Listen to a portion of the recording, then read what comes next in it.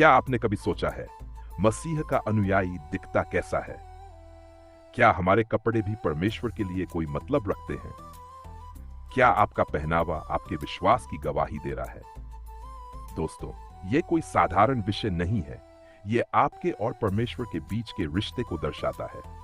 अगर आप मसीह में जी रहे हैं तो आपका पहनावा भी उसका प्रतिबिंब होना चाहिए। आज की इस 7 मिनट की यात्रा में हम जानेंगे कि बाइबल मसीही लोगों के पहनावे को लेकर क्या कहती है। हर शब्द आपके जीवन को बदल सकता है। तो अभी लाइक करें, चैनल को सब्सक्राइब करें और बेल आइकन दबाएं ताकि मसीह में आपकी अगली आत्मिक यात्रा कभी ना छूटे। चलिए आत्मा की गहराई में उतरते हैं। यीशु मसीह ने न केवल हमारे आत्मिक जीवन को परिवर्तित किया, बल्कि हमारे जीवन के हर क्षेत्र को भी रूपांतरित किया। जब हम मसीह को अपना उद्धारकर्ता मान लेते हैं तो हमारा पहनावा भी अब केवल एक बाहरी वस्त्र नहीं रहता, बल्कि वह हमारे हृदय की स्थिति और हमारी आत्मा की गवाही बन जाता है। पवित्र शास्त्र हमें यह सिखाता है कि हमारे वस्त्र हमारे चरित्र और हमारे जीवन के गवाह होते हैं। पुराने नियम में जब परमेश्वर ने आदम और हव्वा को पाप के बाद वस्त्र पहनाए तो ये न केवल शारीरिक ढकाव था, बल्कि ये पाप के ढकने का प्रतीक भी था। उत्पत्ति अध्याय 3 पद 21 में लिखा है, तब यहोवा परमेश्वर ने आदम और उसकी पत्नी के लिए चमड़े के कपड़े बनाकर उन्हें पहनाया। यह दर्शाता है कि वस्त्र एक आत्मिक आवश्यकता बन गए, एक प्रतीक कि हम पाप से ढके जाएं और अब एक नए जीवन में चलें। मसीह में नया जीवन अपनाने के बाद प्रेरित पौलुस हमें यह सिखाते हैं कि अब हमें न केवल अपने पुराने व्यवहार को त्यागना है, बल्कि हमें मसीह को पहन लेना है। रोमियो अध्याय 13 पद 14 में लिखा है, परंतु प्रभु यीशु मसीह को पहन लो और शरीर की लालसाओं के लिए चित्त न लगाओ। ये वचन केवल आत्मिक बात नहीं करता, बल्कि यह हमारे बाहरी जीवन को भी छूता है। हमारे वस्त्र अब पवित्रता, शुद्धता और नम्रता को दर्शाने चाहिए। मसीही पहनावा कोई नियमों की बेड़ियां नहीं है, बल्कि ये एक जीवन शैली है जो प्रेम, अनुशासन और आत्मसंयम से भरपूर है। कुलुस्सियों अध्याय 3 पद 12 से 14 में प्रेरित पौलुस कहता है, इसलिए परमेश्वर चुने हुए पवित्र और प्रिय लोगों के समान करुणा, दया, नम्रता, कोमलता और सहनशीलता को पहन लो, और सब बातों के ऊपर प्रेम को पहन लो जो पूर्णता का बंधन है। यहाँ हम स्पष्ट देखते हैं कि परमेश्वर हमारे वस्त्रों में केवल कपड़े नहीं, बल्कि गुण देखता है। हाँ, हमारा बाहरी पहनावा भी ऐसा होना चाहिए जिससे हमारे भीतर की आत्मा की गवाही मिले। भड़कीले, उत्तेजक या दिखावटी कपड़े हमारे आत्मिक जीवन की सादगी और पवित्रता से मेल नहीं खाते।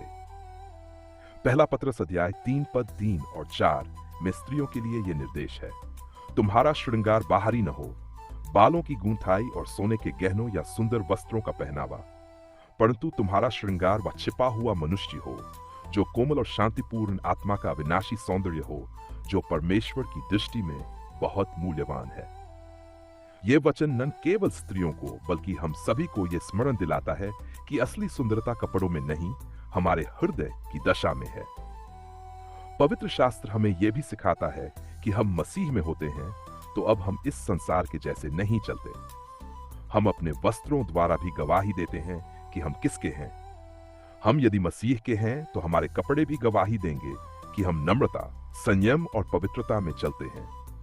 यह भी याद रखना आवश्यक है कि पवित्रता केवल बाहरी दिखावा नहीं, बल्कि हृदय की सच्चाई है। परंतु हृदय की सच्चाई हमारे बाहरी जीवन में प्रकट होती है, जिसमें हमारा पहनावा भी शामिल है। यीशु ने स्वयं एक सीधा सादा जीवन जिया। उसके वस्त्र सामान्य थे, परंतु उसमें जो तेज था वह पवित्र आत्मा का तेज था। आज जब हम अपने वस्त्रों को चुनते हैं तो क्या हम ये विचार करते हैं कि क्या ये मसीह की गवाही को सही प्रकार से दर्शाता है? पहला कुरिन्थियों अध्याय 10 पद 31 में लिखा है, इसलिए तुम चाहे खाओ या पियो या जो कुछ भी करो, सब कुछ परमेश्वर की महिमा के लिए करो।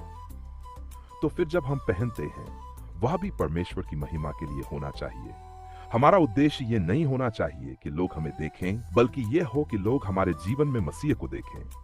मसीही पहनावा शांति का प्रतीक है, संयम का संकेत है और एक आत्मिक विनम्रता का प्रकाश है। यह दिखाता है कि हमने अपने आप को क्रूस पर चढ़ा दिया है और अब मसीह हम में जीवित है। जब हम ये कहते हैं कि हम मसीह में नए सृजन हैं, तो हमारा पहनावा, हमारा चाल चलन और हमारे शब्द भी नए होने चाहिए। दूसरा कुरिन्थियों अध्याय 5 पद 17 कहता है, इसलिए यदि कोई मसीह में है तो वह नई सृष्टि है, पुरानी बातें बीत गई, देखो सब कुछ नया हो गया है। इस नए जीवन की पहचान हमारे वस्त्रों से भी होनी चाहिए, जो दिखावे से नहीं बल्कि नम्रता और आत्मिक गहराई से भरे हों। समापन में हे प्रियजन, याद रखो कि परमेश्वर तुम्हारे वस्त्रों को नहीं, तुम्हारे हृदय को देखता है। परंतु जब हृदय शुद्ध होता है तो वस्त्र भी शुद्ध होते हैं। जब आत्मा मसीह की होती है तो पहनावा भी मसीह का होता है। प्रभु हमें यह बुद्धि दे कि हम अपने वस्त्रों के द्वारा उसकी महिमा कर सकें और संसार में उसकी गवाही दे सकें। अगर ये वचन आपके हृदय को छू गया हो तो इस सेवकाई को आगे बढ़ाने में हमारा साथ दें। इस वीडियो को लाइक करें, कोई भावनात्मक कमेंट जरूर छोड़ें और ऐसे ही आत्मिक वचनों के लिए चैनल को सब्सक्राइब करें। आपका एक छोटा सा सहयोग किसी और की आत्मा तक यीशु का प्रेम पहुंचा सकता है।